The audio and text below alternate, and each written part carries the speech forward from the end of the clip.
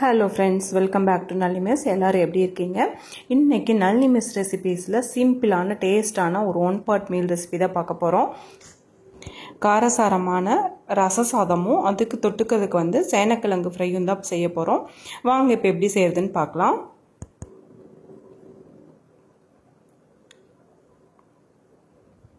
இப்போ ரச சாதம் செய்யறதுக்கு பார்த்தீங்கன்னா, நம்ம நார்மலாக குக்கிங் ரைஸ் 1 டம்ளர் எடுத்திருக்கேன். 1 டம்ளர் ரைஸுக்கு ஒரு 1/4 டம்ளருக்கும் கம்மியாக துவரம்பருப்பு சேர்த்துக்கலாம். இப்போ இது ரெண்டும் நல்லா ஒரு 2-3 டைம் வாஷ் பண்ணிவிட்டு தண்ணி ஊற்றி ஊற வச்சிடலாம், ஊறட்டும். இப்போ சேனக்கிழங்கு ஃப்ரை பண்ணுறதுக்கு பார்த்தீங்கன்னா, இந்த மாதிரி சேனக்கிழங்கு எடுத்துகிட்டு தோலெல்லாம் நல்லா சீவி எடுத்துக்கலாம். எடுத்துகிட்டு நம்மளுக்கு வேணுங்கிற ஷேப்பில் கட் பண்ணிக்கலாம்.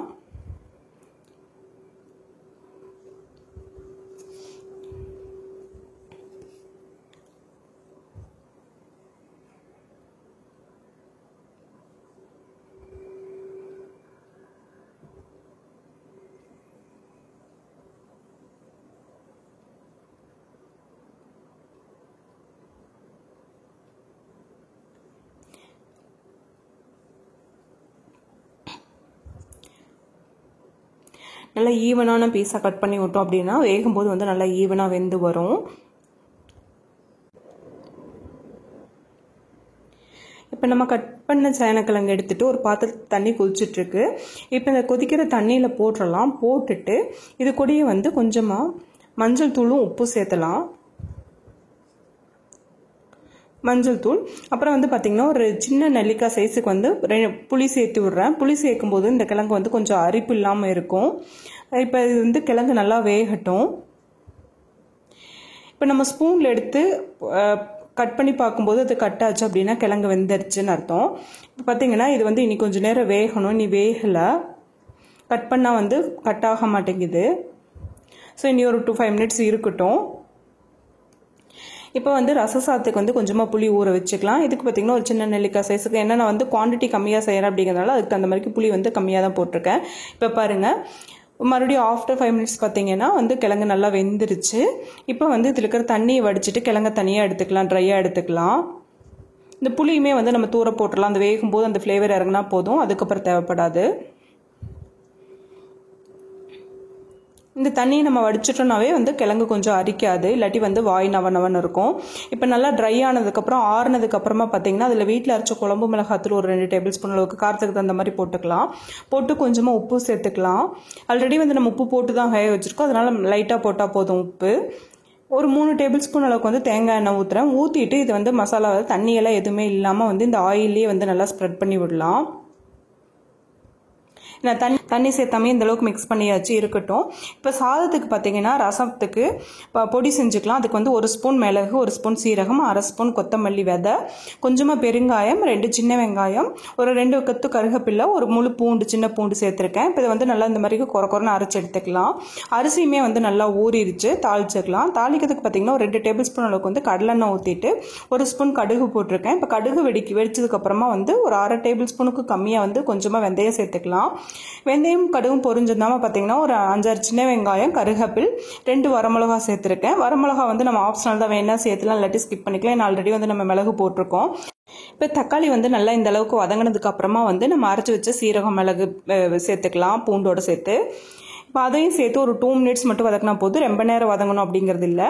நல்லா எண்ணெயில் ஒரு 2 நிமிஷம் நல்லா பரட்டி விட்டுட்டு நம்ம கரைச்சி வச்சுக்கிற புளி தண்ணி சேர்த்துக்கலாம். புளிப்பு நம்மளுக்கு எந்த அளவுக்கு வேணுங்கிறத பொறுத்து நம்ம கூட்டி குறைச்சி சேர்த்துக்கலாம். இன்னும் நம்ம தக்காளியும் சேர்த்துறோம். இப்போ இந்த புளித்தண்ணி சேர்த்துட்டு இதுலேயே கொஞ்சமாக மஞ்சள் தூள், சாம்பார் தூள் ஒரு 1/2 டேபிள் ஸ்பூனுக்கு ரொம்ப கம்மியாக தான் சேர்த்துறேன், ஃப்ளேவருக்காக. இப்போ இந்த சாதத்துக்கு தேவையான அளவுக்கு உப்பு சேர்த்தியாச்சு. சேர்த்துட்டு இது நல்லா எண்ணெய் பிரிஞ்சு வர்ற வரைக்கும் நல்லா வெந்ததுக்கு அப்புறமா நம்ம ஊற வச்சுக்கிற அரிசியும் பருப்பையும் சேர்த்துக்கலாம்.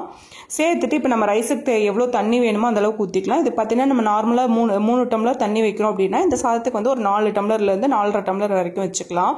அப்போ தான் சாதம் நல்லா குழஞ்சு சூப்பராக இருக்கும். புளி பழைய புளி அப்படிங்கிறதுனால கலர் கொஞ்சம் டார்க்காக தான் இருக்கிற மாதிரி இருக்கும். இப்போ தண்ணி நம்ம ஊற்றிட்டு உப்பு செக் பண்ணிக்கலாம். செக் பண்ணிவிட்டு ஃபைனலாக பார்த்திங்கன்னா கொஞ்சமாக ஒரு கொத்து கருகப்பிலையும் ஒரு 1/2 டேபிள் ஸ்பூன் அளவுக்கு நெய்யும் சேர்த்துக்கலாம். இப்போ நெய் சேர்த்துட்டு உப்பெல்லாம் செக் பண்ணிவிட்டு குக்கர் ஒரு 4 விசில் விட்டு எடுத்துக்கலாம். 4லேருந்து 5 விசில் கூட விட்டுக்கலாம். 5 விசில் விடும்போது சாப்பாடு வந்து நல்லா குழஞ்சி வந்து சூப்பராக இருக்கும். இப்போ ஒரு 2 டேபிள் ஸ்பூன் அளவுக்கு வந்து தேங்காய் எண்ணெய் சேர்த்துட்டு நம்ம மசாலா அப்ளை பண்ணி வச்சுக்க சேனக்கிழங்கு எடுத்து தோசைக்கல்ல வச்சிடலாம். இப்போ நல்லா ஸ்ப்ரெட் பண்ணி விட்டுட்டு மேலே மறுபடியும் லைட்டாக ஆயில் விட்டுக்கலாம். விட்டு ஒரு 2 மினிட்ஸ் கழிச்சிட்டு மறுபடியும் திருப்பி வச்சுக்கலாம். 2 சைடும் வந்து நல்லா கிறிஸ்பி ஆகிற வரைக்கும் விட்டு எடுத்தோம்னா சூப்பரான சேனக்கிழங்கு ஃப்ரையும் ரெடி ஆயிரும். நம்ம இதுக்கு வந்து வேறு எந்த மசாலா இஞ்சி பூண்டு எதுவுமே சேர்த்துல இதுவே வந்து சூப்பராக இருக்கும்.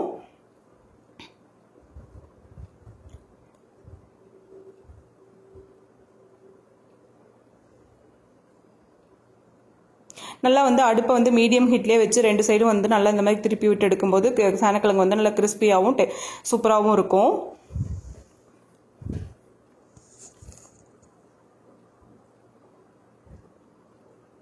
இப்போ 2 சைடும் வெந்திருந்தாமல் எடுத்துட்டு நம்ம சர்வ் பண்ணிக்கலாம் ரசம் சாதத்தோட.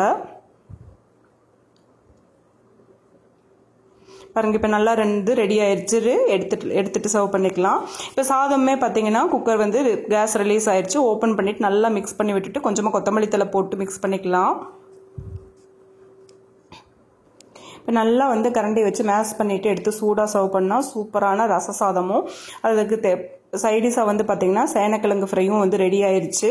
நம்மளுக்கு காரசாரமாக வேணும்னா சேனக்கிழங்கு ஃப்ரை வச்சுக்கலாம். இல்லாட்டி வந்து வாழைக்காய் சிப்ஸ் கூட வச்சுக்கலாம். உப்பு போட்டது சூப்பராக இருக்கும். ட்ரை பண்ணி பாருங்கள். ட்ரை பண்ணி பார்த்துட்டு கமெண்ட் பண்ணுங்கள். இந்த ரெசிபி உங்களுக்கு பிடிச்சிருந்தா லைக் பண்ணுங்கள், ஷேர் பண்ணுங்கள். ஃபர்ஸ்ட் டைம் நம்ம சேனல் விசிட் பண்ணுறீங்கன்னா சப்ஸ்கிரைப் பண்ணி சப்போர்ட் பண்ணுங்கள். தேங்க்ஸ் ஃபார் வாட்சிங்.